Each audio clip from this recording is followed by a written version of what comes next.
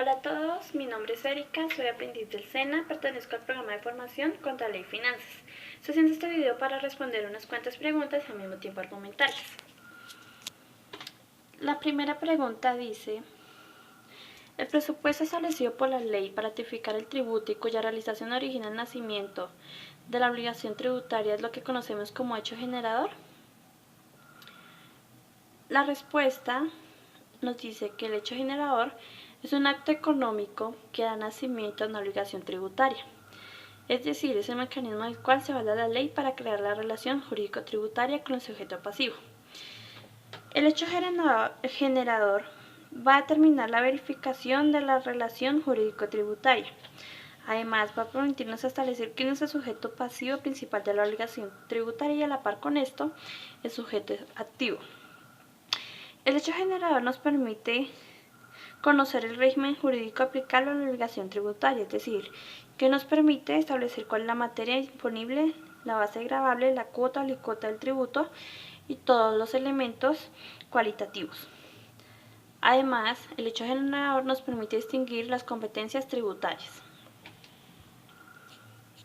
Según lo explicado, entonces, podemos decir que la respuesta a la pregunta 1 es correcta.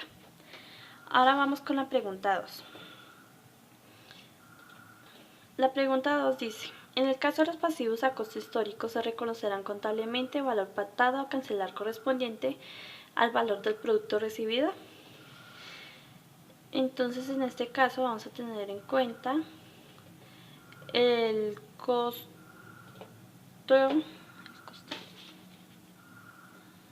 histórico de los pasivos.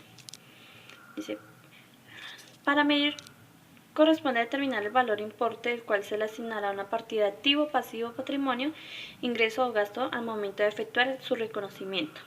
Para efectos del anterior es necesario seleccionar una base o método particular de medición. En este caso, vamos a elegir el costo histórico de un pasivo. Definimos el costo histórico de un pasivo como el valor que corresponde a la contrapartida recibida a cambio de incurrir en la deuda.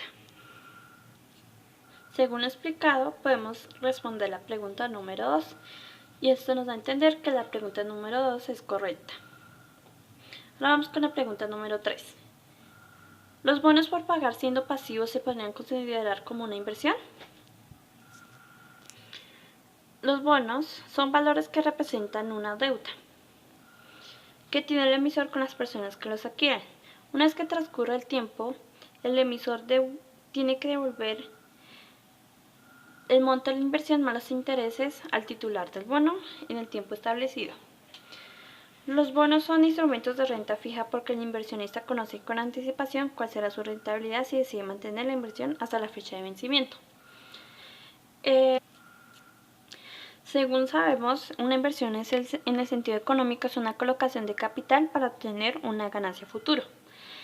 Entonces, en este caso, el titular de bono está invirtiendo para saber que al final va a recibir el monto de la inversión más los intereses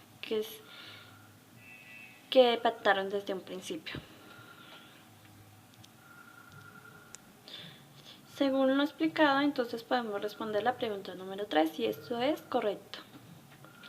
Ahora vamos con la pregunta número 4.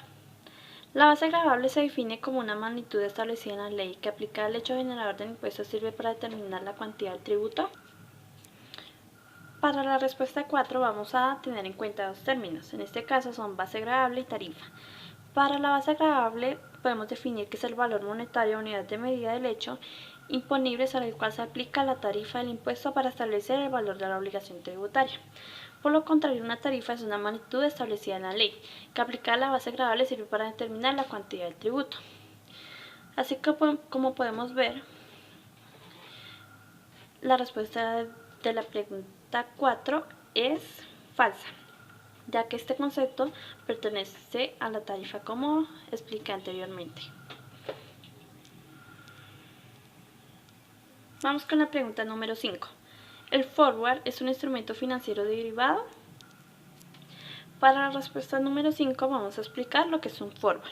Un forward es un contrato entre dos partes mediante el cual se adquiere un compromiso para intercambiar algo a futuro, a un precio que se determina por anticipado.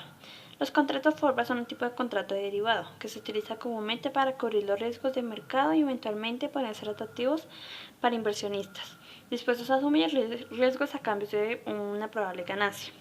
Este tipo de instrumento derivado es el más antiguo. Este tipo de contrato se conoce también como un contrato a plazo. Entonces, gracias a esta definición podemos responder la pregunta número 5 y esto nos da que esto es verdadero. Ahora vamos con la pregunta número 6. Dice, comprende el importe efectivo y otras partidas pagadas o por el valor razonable la contrapartida entregada a cambio en el momento de adquisición. Como podemos ver en la respuesta 6, tenemos el concepto de costo histórico. El costo histórico se entiende por costo histórico de los activos o costo de adquisición adicionado con los valores que le son incorporados durante su vida. El costo histórico en activos surge inicialmente de su valor de compra. A este valor se le adicionan todas las erogaciones que fueran necesarias para colocarlo en condiciones de funcionar o de generar recursos. Ahora vamos con la pregunta número 7. Dice, ¿el formulario 350 de la DIAN se utiliza para la declaración del ICA? Como podemos ver, la respuesta 7, tenemos acá formulario de la DIAN y el número 350. Este tipo de formulario corresponde a la declaración mensual de retención en la fuente. Entonces, como podemos ver, este formulario no corresponde al ICA, sino a la retención en la fuente. Entonces, la respuesta es falsa. Pregunta número 8. Según su rentabilidad, las inversiones pueden ser